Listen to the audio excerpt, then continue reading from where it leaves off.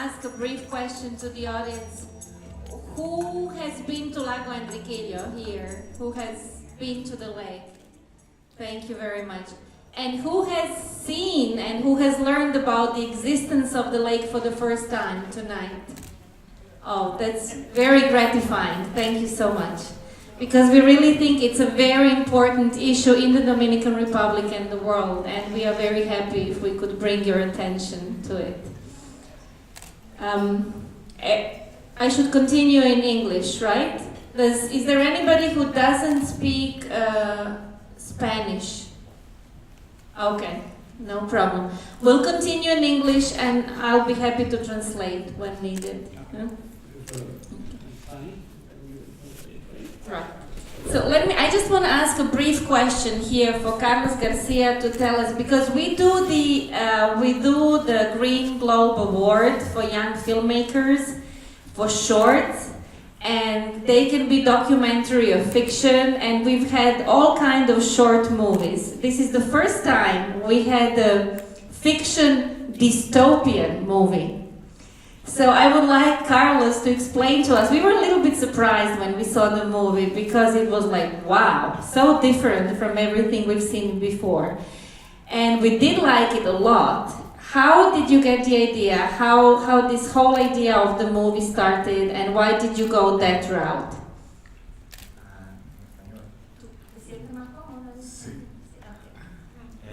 Yo tenía varios meses trabajando en esa idea y fue como evolucionando, un proceso como de evolución hasta que al final como que nació. I was working for a few months on the idea, and then finally I gave birth to it. En sí lo que yo tenía como la idea, el deseo era como de llevar un mensaje de lo que podría pasar si continuábamos, o sea, de esa manera. I wanted to bring out the message what could happen if we continued behaving that we are behaving right now. O sea, de la manera que estamos tratando el mundo. Que yo lo veo así, como pensamos, o sea, es como que si estuviéramos escupiendo frente a un abanico. Uno como que no se imagina que las cosas van a... Yeah, he says, well, the sense I had, it's like we are spitting into the fan and it's coming back into us, and I wanted to present that idea. Más o menos esa era la idea. Gracias. And I would like to ask Fernando one question before we ask you to pose a question. I happen to know how the whole process of filming Lago Enriquillo was very long, many years, maybe decades. And it's a project that has been very close to Fernando's heart and he's developed for decades. So if he can tell us a little bit how it all evolved, cómo fue el proceso de la filmación de la peli, fueron décadas de trabajo. Ciertamente. Tomando en cuenta las imágenes de archivo que se presentaron aquí, hablamos probablemente de un trabajo que comienza a finales de los 80, 88, 89 la imagen. So he started his work in the 80s, 88, 89, and you could see some of the images in the movie were actually archival images from the beginning of his shooting. So we are talking about 26 years of work. Around, más o menos por ese tiempo. Pero el documental comienza su proceso de desarrollo en el 2004, cuando lo que conocemos el ecosistema nos damos cuenta de que en el lago está pasando algo extraño y que están creciendo sus aguas. But the real work really started in 2004, when we who have been following the ecosystem realized that there was a profound change in 2004. A partir de entonces, el Lago Enriquillo se ha instituido una ventana al mundo, a donde se han visto todos los factores cumplidos de ese fenómeno que a veces vemos como una leyenda, pero ya es una realidad. Y por primera vez en todo el planeta se dan todos esos factores en el Lago Enriquillo, que son las consecuencias del cambio climático. And then suddenly we realized that the lake is a window into the world and to the world about what is happening with the phenomenon we learned about, the phenomenon of climate change. So I would like to go ahead with questions from the audience, please. I must say, I'm from the Caribbean myself. I'm from a small island, St. Martin. Where are you from? St. Martin. St. Martin. Right, a small French Dutch island. I was born in Aruba, grew up in St. Martin. And I'm simply ashamed, to be honest with you. I've never heard about Lake Enriquillo. I mean, and we have a lot of Dominicans in St. Martin, right? You would believe that I've never heard about it. Simply never heard about the lake. And the lake is about, at the size it is now, it's about 6.5, 7 times bigger than St. Martin. Right? It's a, yeah. So, but one of the issues that really interested me in the lake is exactly what you're talking about, the lake as a kind of laboratory for what we are going to face, right? With a very, you know, the notion is that the waters might rise 6 feet, maybe what we're seeing now, we could maybe say that's maybe low, 8 feet. You know, where my island, even where we have the international airport, the Queen Juliana Airport, is gone. Where I went to school on the Dutch side, Phillipsburg, gone. Where I lived on the French side, Marigot, gone. Are you saying already? No. No. At the end In the future. At the end of this type of thing, so that we can see what is coming. But so I'm very interested about what you're saying here. But one of the issues that really interested me in the movie was when you started to do a little bit of compare and comparison with lakes in Haiti, right? And I was wondering, is this compare and comparison done with lakes, for example, in Cuba, if there are any lakes in Jamaica, or in, for example, the Guyanas, Trinidad, that have they done other comparisons and contrasts like that? That's the first part of it. And the second part of it is one of the things that I'm somewhat sad about, although I know why it didn't take place, is how deep is the lake, and has there been any like submarines in the lake to see what is there in the lake and the type of fish that are in the lake, because that would be an interesting thing to see as time changes. Thank you. Con respecto a la comparación del crecimiento de las aguas del lago junto con los otros lagos del Caribe, ciertamente el documental, el proceso de investigación comprobó que la mayoría de todos los lagos grandes de las Antillas están creciendo, no es solamente el lago Enriquillo. So there has been an investigation made, the scientific research, and they have noticed there has been a rise in water level in all the lakes of the Antilles. El lago Enriquillo definitivamente es el ecosistema que ha sido más afectado por alguna razón natural, por supuesto. Lago Enriquillo was an ecosystem that was most affected. Pero indiscutiblemente las razones son incuestionablemente el cambio climático. But the conclusion was that the reasons are coming from the climate change. Por supuesto, yo soy cinematógrafo on the water también, o sea, yo hago fotografía submarina y siempre quise saber cómo se veía el lago por adentro. Yeah, Fernando does also underwater photography and underwater filmmaking, so he was always interested in understanding what's happening under the surface. And I tried to. Yo traté de hacerlo todo el tiempo, pero es prácticamente cero visibilidad. There is no visibility under the surface. Hay algunos intentos durante el documental de imágenes que nada más nos quedamos en la superficie, pero ya después de 2 pies, cero visibilidad. So they have tried, as you maybe could notice during the movie, they've gone maybe 2 feet under the surface, but then they would lose visibility completely. And about how deep, o sea, la parte más profunda del lago es la que está en el lado norte de la isla, que queda en el centro del lago y tiene 80 pies de profundidad. So the deepest is 80 feet, and it's to the northern side of the island. 80 feet, 80 pies.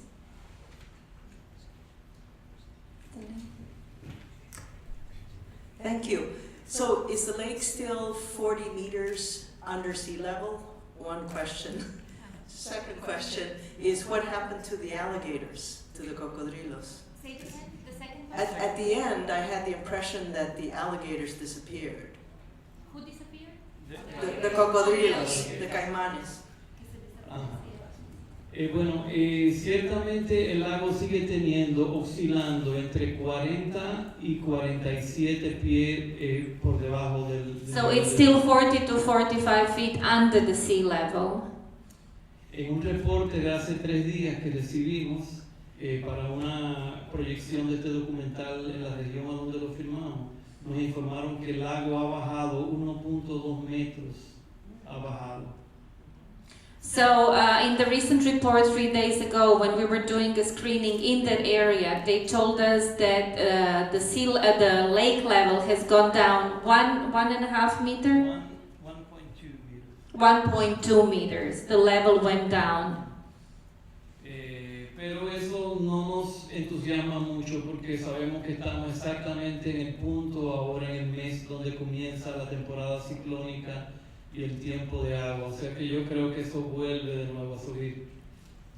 We don't take this as an important sign of the level going down because right now it's the beginning of the hurricane season and the beginning of the rains. Just to convert the meters, so 1.2 meters, it's about 4 feet, let's say. And the caimanes? Realmente no tenemos caimanes. El caimán es una especie que no existe en la Antilla, pero no es la que tenemos en el lago. Ahí tenemos el cocodrilo americano. So the species that lives in the lake are not caimanes, it's American crocodile. Yeah. Are they there or they Yeah, of course. They're still there. Ellos todavía están ahí y de hecho el fenómeno del crecimiento del lago le ha favorecido. Los conteos van creciendo. Eso porque el agua que está entrando al lago definitivamente viene de fuentes de agua dulce. Entonces esa alta salinidad que tiene el lago, que es de sus principales características, comienza a descender. Entonces por eso es que hay más, están proliferando más los caimanes y de hecho apareciendo nuevas especies. So the crocodiles are still there and they're actually proliferating because it seems that the lower salinity of the water is better for them. So I just want to make a comment. Carlos, both of these films obviously are talking about kind of what's to come, a window into the future, climate change. Carlos, you use some interesting colors and sound effects. It's not something we've seen. I don't think it's a common use of, or it's not a common image I've seen in the Environmental Film Festival, but I think it's really powerful and artistic. So I just kind of wanted to applaud you for that.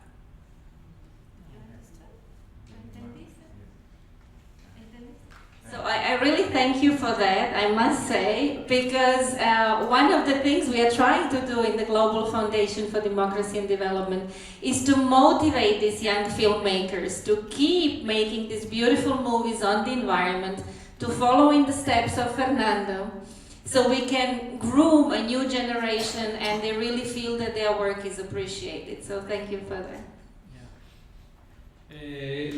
Los cinematógrafos y documentalistas de la vieja escuela como yo, la verdad que felicitamos a iniciativas como la de Carlos. Ciertamente hubo un excelente trabajo y espero que continúen adelante con eso. So the question is, why didn't they include the interviews of the people who were hunting the birds and poaching, the poachers? Because the lady says she's a journalist, so she's interested why this topic hasn't been addressed. Is it because the people were not willing to give interviews? Ese tema lo hemos tratado en otro trabajo que hemos hecho anteriormente y entendíamos que si el documental, que fue mucho más largo de lo que yo quisiera, me hubiese ido por el lado de la demanda, hubiese sido otro tema. Pero ciertamente lo importante aquí es saber que las personas que están cazando y vendiendo lo están haciendo por dos razones básicas. Una, por falta de conocimiento, de educación. Ellos no saben lo que dice ese documental. Yo pienso ahora estrenar el documental en el lugar a donde lo filmé, ahora a finales de abril, y entiendo que quienes van a estar sentados en lugares como los de ustedes son esa misma gente, los que cazan, los que dañan, y van a entender por qué no deben de hacerlo. So one of the reasons we didn't do it is because that would introduce a different subject, and we didn't go that route to divert the attention to that subject, which is the subject of legal issues and justice also.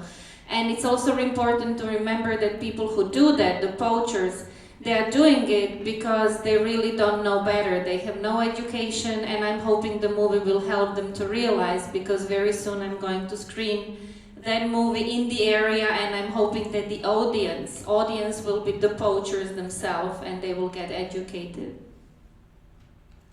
So the question is, what is the impact that this movie has created or might create on the level of policymakers and government who can impact any change and decisions related to the topic of the movie?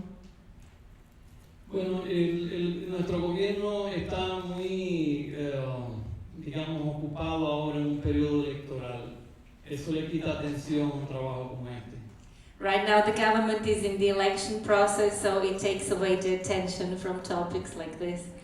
Pero ciertamente el documental, sin embargo, todavía no ha sido estrenado en la República Dominicana. Solamente se exhibió en el marco de la muestra de cine medioambiental que organizó el Globo en República Dominicana, pero no ha sido estrenado oficialmente. So the movie hasn't really premiered in the Dominican Republic. It was shown only during the Dominican Republic Environmental Film Festival last September. And then here, so it's really not known to Dominican audiences.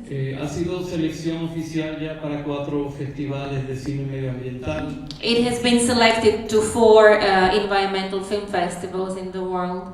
Y la buena noticia, que la voy a dar públicamente aquí por primera vez, es que el objetivo básico de este documental no es comercial, es evidente, si no tuvieran 2 o 3 muertes ahí, o 2 o 3 escenas de sexo, ¿verdad? Pero el objetivo básico del documental era el que pudiéramos llevar esto gratis en las salas de cine a todos los estudiantes de la República Dominicana. A finales del mes de abril, felizmente vamos a estrenar en las salas de cine de República Dominicana, va gratis a los estudiantes de la República Dominicana. So the objective of this movie is educational, and Fernando says if it were not educational and commercial, it would have included a lot of violence, killing, and sex scenes, and as you can see, there are none. And it's going to premiere in Dominican Republic in April, and it's going to be free to all students and schools. Good evening. I'm Dominican too. I'm from Puerto Plata, and thank you for doing the translation. Go ahead. I just wanted to congratulate both of them for such an amazing job that they did. And one of my questions is already answered, which was that if the film will be available for the public in Dominican Republic. And the other question was that if the film will be available in any website. Thank you. De seguro que estar en la página web de nuestra casa productora Unicornio Films. Y por supuesto, la idea es que todo el mundo que lo quiera lo pueda tener. La idea es que se informe la gente de la realidad, de lo que está ocurriendo. So once the movie has finished the tour of the environmental film festivals, it's going to be available at Fernando's company's website, which is Unicornio Films. But we have to wait till he finishes the screenings around the environmental film festivals. So my question is if there are any initiatives in place, alguna iniciativa que se ha tomado para traer turismo a la zona. You presented the lake, what's happening. It has brought negative effects, just like it has brought positive effects. We explode tourism, so I'm wondering if this situation has brought. Do we have any options to offer to people? Say, I want to go to the Dominican Republic, instead of Punta Cana being the first choice, can I go to Lago Enriquillo for vacation? Check out the crocodiles. Sí, por supuesto. el final de este documental no habla de una mala noticia. No sé si pueden darse cuenta que yo creo que el mejor termómetro del mensaje del documental lo tiene el viejito que habla. Ese viejito sí habla de lo que está ocurriendo realmente. Él ha vivido en el lago por 97 años y ha dicho que ese comportamiento del lago es como el lago habla. Hay que aprender a entender nuestro lago Enriquillo. Y ciertamente el fenómeno, solamente el fenómeno natural al que está sometido es una presión comunitaria porque ha desplazado gente, pero no deja de ser un atractivo turístico y ecoturístico, por supuesto. You could have noticed that the message of the movie that comes at the end is really not negative. It just says that there are changes and that we have to adapt to them. And you also might have noticed that actually the speaker, the main speaker of the message of the movie is the old man, Don Pablo, who is 97, and he basically says you have to understand the lake, you have to understand the changes, and you have to adapt to them. So some of the changes have been positive, and ecotourism could be one of these positive changes. Y ciertamente se están haciendo esfuerzos para que el ecosistema del Lago Enriquillo, Sierra de Bauruco y Bahía de Neiva sean un atractivo turístico. De hecho, se está trabajando para eso. So there is a plan to create Sierra de Bauruco, Bahía de Neiva, and Lago Enriquillo, the three beautiful areas that are very close to each other, to become an ecotourism destination. Y me hace, no hubiese tocado este tema, pero a raíz de una pregunta tan acertada, bueno que sepamos algo. Este documental despertó el interés de un grupo de developers, de desarrolladores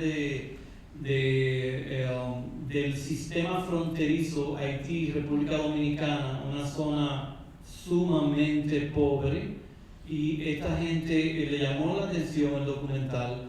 Y probablemente lo traten de utilizar como la referencia para que todos los proyectos que ellos hagan tomen como referencia este tipo de informaciones, de manera que no haya absolutamente ningún tipo de plan de desarrollo sin tomar en cuenta estas informaciones. So it's interesting to know that this movie was shown to a group of developers who are developing settlements and businesses and industries on the border between Haiti and Dominican Republic. And now that they've learned the situation, they will definitely include the knowledge in their development processes, and they are very aware of it, and they will keep it in mind and continue to research and include it. His films are so good, I was wondering what his next topics are.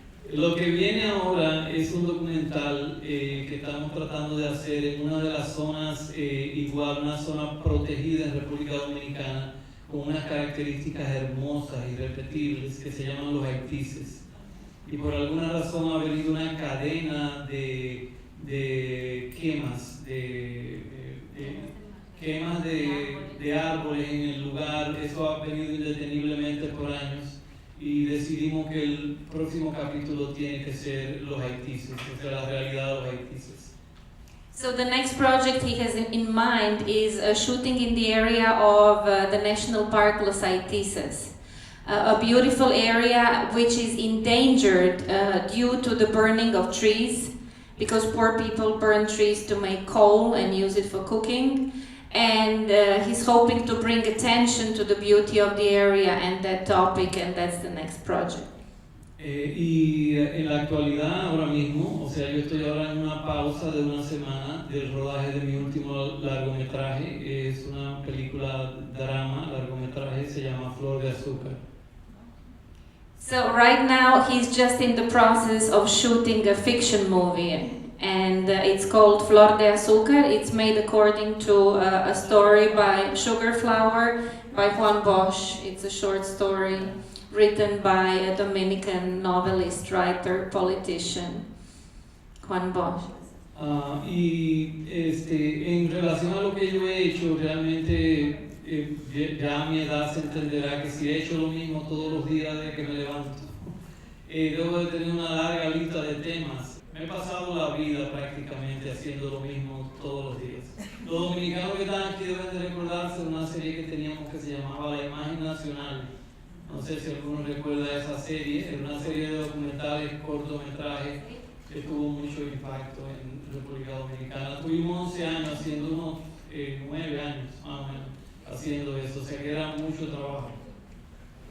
So he has, due to his age, he has accumulated a lot of film material. So he must be like 100, 150. So is this available on Unicornio Films? Sí. Unicorniofilms.com. It's available? It's available. Les recomiendo un video, lo que quieren conocer República Dominicana, un video que pusimos el año pasado, un video de 5 minutos, donde nosotros intentamos enseñar República Dominicana en 5 minutos. Se llama República Dominicana La Bella. So he would like to recommend the movie República Dominicana La Bella.